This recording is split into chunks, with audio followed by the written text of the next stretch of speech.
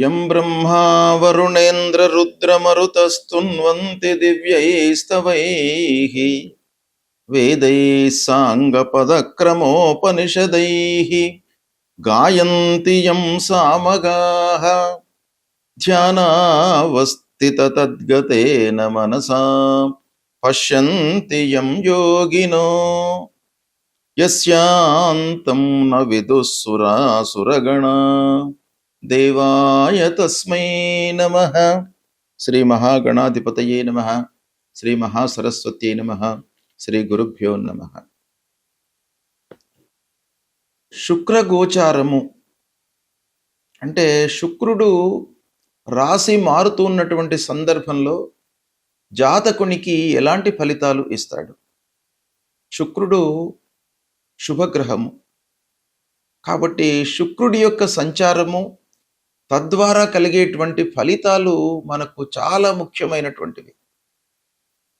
ప్రతి మనిషి కూడాను జీవితంలో సుఖమయమైనటువంటి ఒక అర్థవంతమైనటువంటి జీవితాన్ని గడపడానికి శుక్రుడి యొక్క అనుగ్రహము అంటే మన జన్మ జాతకంలో శుక్రుడు మంచి స్థానాలలో ఉండడము, గోచార రీత్యా మంచి స్థానాలలో శుక్రుడు సంచరించడము, ఇది చాలా ఆవశ్యకమైనటువంటి విషయం. కనుక శుక్రుడి యొక్క ఫలితం పైన మనము ఫోకస్ పెడదాం. శుక్రుడు ముఖ్యంగా మనకు ఎలాంటి ఫలితాలు ఇస్తాడు జాతకంలో లేదా గోచార రీత్యా సంచరిస్తున్నప్పుడు అనే విషయాన్ని మనం చూసినట్టయితే శుక్రుడు ముఖ్యంగా మనకు సౌఖ్యాన్ని, సంతోషాన్ని, ఆనందాన్ని ఇచ్చేటువంటి గ్రహం. అదేవిధంగా సంతోషము జీవితంలో ఉండాలి అనంటే కొంతవరకు ధనం కూడాను మనకు ప్రాప్తమై ఉండాలి, అంటే సంప్రాప్తం కావాలి.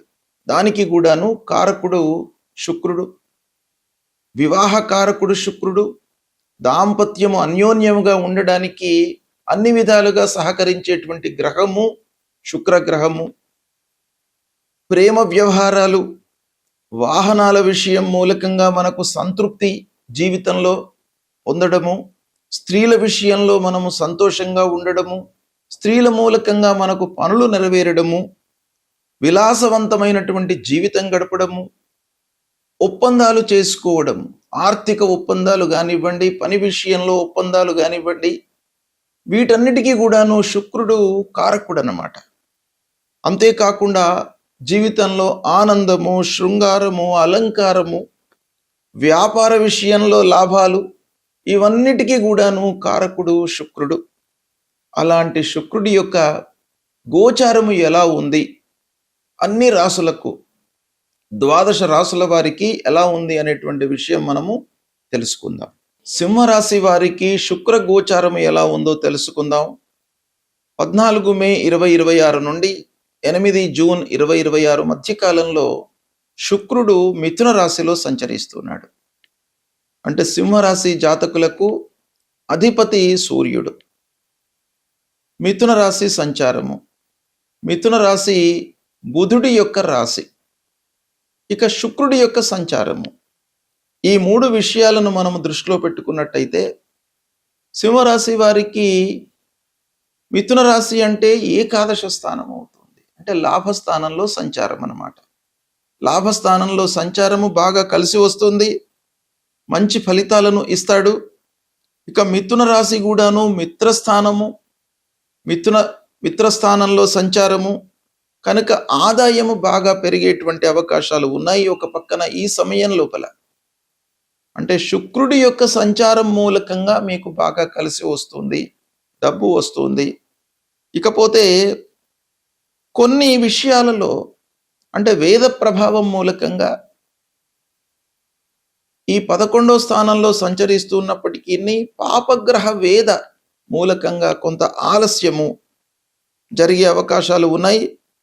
అయినప్పటికీ మిత్రుల యొక్క సహాయ సహకారాలు బాగా అందుతాయి, పెద్దల యొక్క సహాయ సహకారాలు అందుతాయి.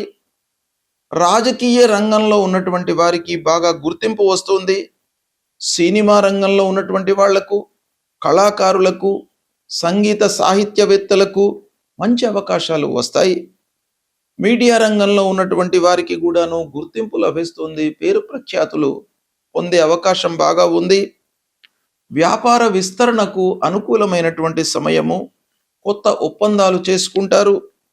పాత బాకీలు వసూలవుతాయి. ముఖ్యంగా లాభస్థానం గనక మీకు రావాల్సిన డబ్బు వచ్చేస్తుంది. ఇక వివాహ ప్రయత్నాలు ముందుకు కొనసాగుతాయి. ప్రేమ వ్యవహారాలలో విజయం లభిస్తుంది. కుటుంబంలో శుభకార్యాలు చేస్తారు. సంతానం ద్వారా అంటే పిల్లలు, వాళ్ళ యొక్క సెటిల్మెంటు, వాళ్ళ యొక్క చదువు, వాళ్ళ సంపాదన, వీటి మూలకంగా మీ లోపల ఒక ఆనందము, సంతృప్తి, సంతోషము అనేటువంటిది కలుగుతుంది. ఇక ఉద్యోగస్తులకు అదనంగా ఆదాయం వచ్చే అవకాశాలు బాగా కనబడుతున్నాయి. కొత్త స్నేహితులు భవిష్యత్తులో మీకు చాలా మంచి సలహాలు ఇవ్వడానికై ఈ సమయంలో ముందుకు వస్తారు. గౌరవప్రదమైనటువంటి సమావేశాలు, స్నేహితులతో కలుసుకోవడము, ఇలాంటివి కూడాను ఈ సమయంలో సంభవిస్తాయి. విదేశీ సంబంధాలు బలపడతాయి. పెట్టుబడుల ద్వారా లాభం పొందేటువంటి అవకాశాలు ఉన్నాయి. దాంపత్యం లోపల మీకు చాలా సంతృప్తిని ఇచ్చేటువంటి సమయము. కళాత్మకంగా ప్రతిభను మీరు ప్రదర్శిస్తారు. మీ లోపల అంతర్లీనంగా ఉన్నటువంటి నైపుణ్యాన్ని నలుగురు గుర్తిస్తారు. తద్వారా మీకు మంచి ఫలితాలు, సంతోషము కలిగేటువంటి అవకాశాలు బాగా కనబడుతున్నాయి. వాహన సౌఖ్యము, కొత్త వ్యాపార ఆలోచన, సాహసంతో పనులు ప్రారంభించినప్పటికీ కొంత మనస్సు నిలుపుతారు. బుద్ధి, విచక్షణ జ్ఞానాన్ని కూడాను ఉపయోగిస్తారు. తద్వారా మీరు చాలా లాభాలను పొందేటువంటి అవకాశం బాగా కనబడుతుంది. మొత్తం మీద సింహరాశి వారికి ఈ సమయంలో శుక్రుడి యొక్క అనుగ్రహము చాలా బలీయంగా ఉంది. దీన్ని దృష్టిలో పెట్టుకొని మీరు పనులు చేసినట్టయితే సత్ఫలితాలను పొందుతారు. శుక్ర గోచారము అత్యంత ప్రాధాన్యతను సంతరించుకున్నటువంటి సంచారము. శుభగ్రహాలలో శుక్రుడు చాలా ముఖ్యమైనటువంటి గ్రహము. అయితే ఇలాంటి శుక్రుడు ప్రతికూలంగా ఉన్నప్పుడు, అంటే సాధారణంగా శుక్రుడికి గోచార స్థానాలు ఎక్కువగా చెప్పబడి ఉన్నాయి. అంటే శుభస్థానాలు ఎక్కువగా ఉన్నాయి. 12 స్థానాల లోపల 9 స్థానాలలో సంచరిస్తున్నటువంటి సమయంలో శుభ ఫలితాలను ఇస్తాడు. కేవలము శుక్రుడికి కవి అగ దశ షడ్ వర్జ అన్నారు శాస్త్రం.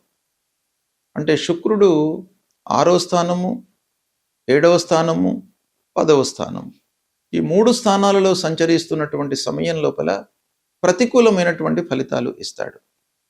మిగతా అన్ని స్థానాల లోపల కూడాను శుభ ఫలితాలను ఇస్తాడు. అంటే దాదాపు 9 స్థానాలలో శుభ ఫలితాలను, 3 స్థానాలలో సంచరిస్తున్నప్పుడు ప్రతికూలమైనటువంటి ఫలితాలను ఇస్తాడు. అంటే సాధారణంగా శుక్రుడి యొక్క సంచారము 75% మనకు మంచి ఫలితాలను ఇచ్చే అవకాశాలు ఉంటాయి.